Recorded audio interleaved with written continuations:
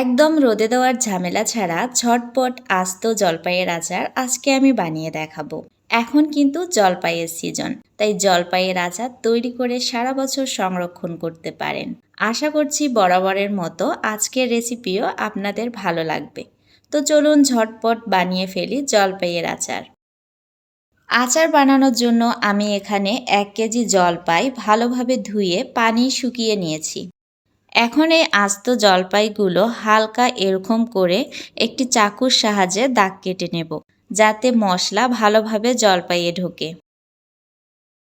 এখন চুলায় একটি প্যান বসিয়ে দিয়ে দিচ্ছি 4 টুকরো দারচিনি, 2টো তেজপাতা আর 4টি শুকনো মরিচ, আর কিছু আস্ত গরম মশলা দিয়ে দিচ্ছি। এখন 1 কাপ সরিষার তেল দিয়ে দিচ্ছি।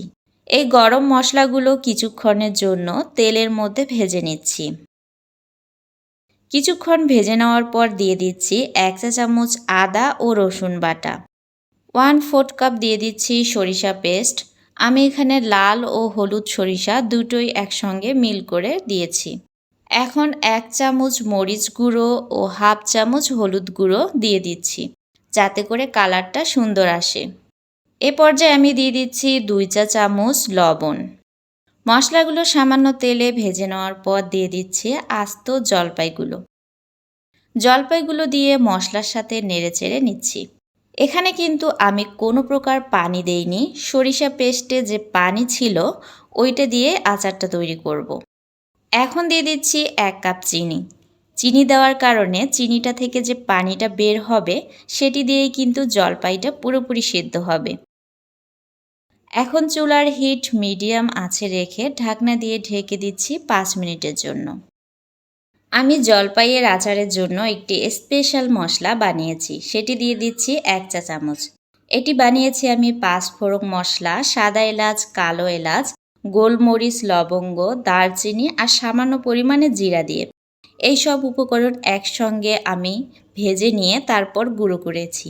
আপনারা আপনাদের পরিমাণ মতো সব কিছু উপকরণ একসঙ্গে ভেজে নিয়ে তারপর গুঁড়ো করে পরিমাণ মতো দিয়ে দিবেন।